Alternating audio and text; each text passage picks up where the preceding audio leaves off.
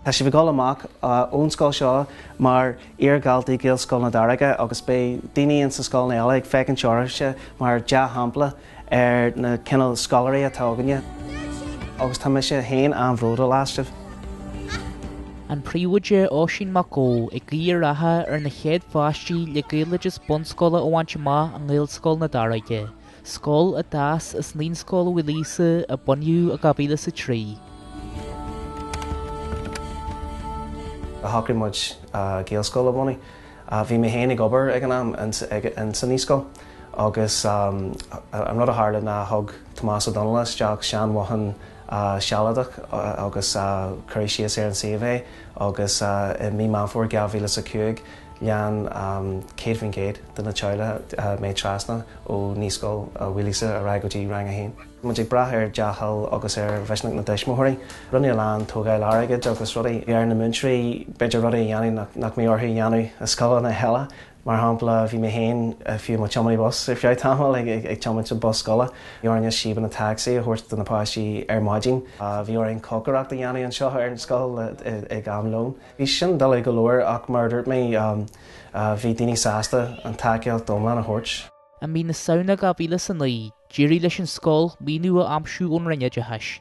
San náf líon, chain an ring bhána siocht agus ide has na scóla, a dúrist buníthe ar a go léhananta gan uinú.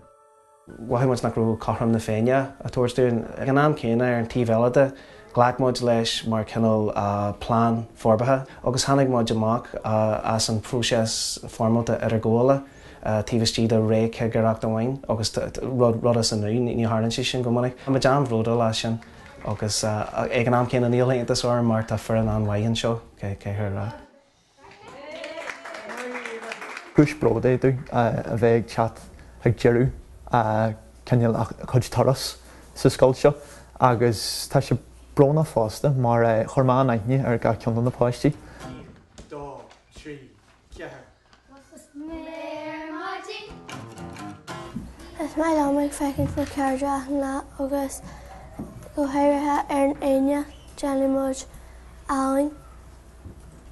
Agus tá sé ag teach ag Jerry na bliana agus tá muid ag cúintní leis an obair agus sin mai. Tá skit miniú am ggólaigh an scóil mór mar sinam tá sin am ceartnéis ach bé mé ag dúlas miniú faoi ó námanna arás rééis.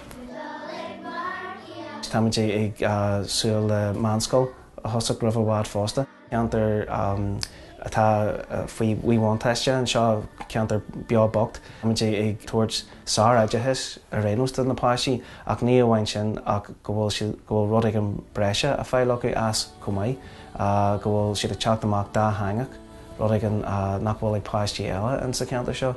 Agus bí marrá sin go minic leis na páistí tá rud ag an spéisialta agah se nach bhfuil ag daoine eile.